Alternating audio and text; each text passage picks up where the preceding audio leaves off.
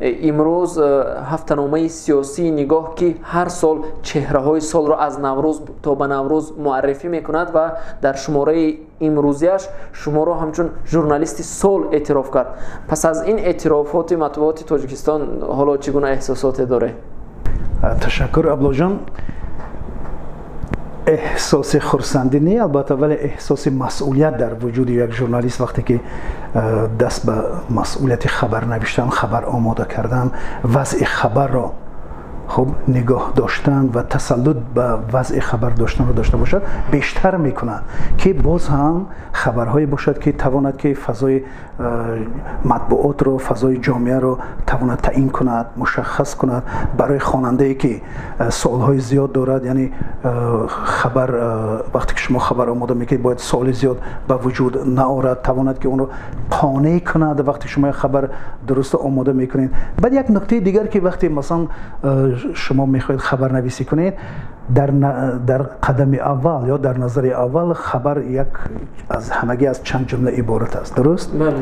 و فکر میکنه که هر حادثه رو میشود، هر واقعه رو میشود گرفت و چند جمله نوشته گفت که من خبر همین است.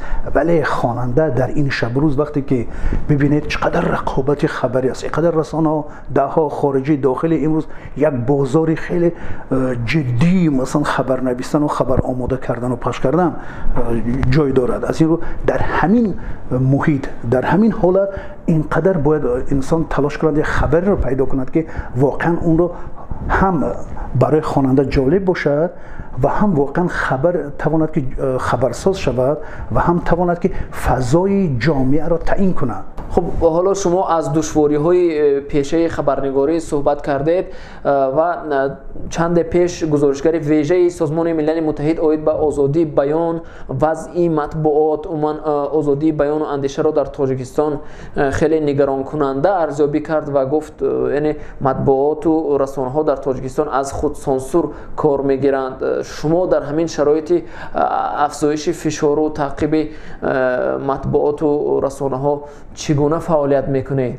میدونید این فشار و این که مقامات نمیخواهد که بعضی خبرهای پخش شوند که خب به خواست اونها نیست، یا خبری پخش شود که اونها نمیخواهند، یا خبری میخوان که پنهان ماند و وقتی شما به این خبر دست میزنید با وجود این فشار، با وجود اینکه مقامات نمیخواد، ولی برای جامعه مهم است و ضرور است آگاه شدن از اون خبر.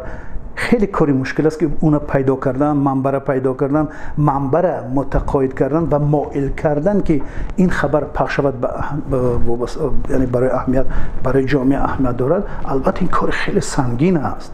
وقتی که شما یک خبری که یکی از مقامات چندان منفعت دار نیست که اون خبر پخش شود، اما وقتی که شما این خبر رو با تصدیق رسمی خب این خبر پخش میشه، میبینید که اینقدر زنگ و تلفن و نویسی که چرا این خبر پخش شد، ما نمیخواستیم این خبر، این خیلی بهانه جویی میکنن. انا باید در انمی حالت ژورنالیست خبر آنچنان آماده کند که جای برای مشکوک بودن خبر نماند. از این رو باید ژورنالیست موظف است که مثلا همین حالت ها وادار میکند که باید خبرنویس خیلی از نگاه پروفسیونالی و نوشتن خبر آماده باشد که اون یک جانبه یا که یک منبع میگوید و ژورنالیست هر چه خواهد گفتن گیرد، این دیگر قابل قبول نیست، برای خواننده چندان جالب نیست. از این رو از منبع ها خبر گرفتن، بعد کوشش کردن که خبر شما باید صحت باشد، پروفسیونالی باشد، فقط با یک منبع نه، از چند منبع باید خبر رو بگیری که دیگر جای سوال نماند و خبر پخش شد. تشکر برای صحبت.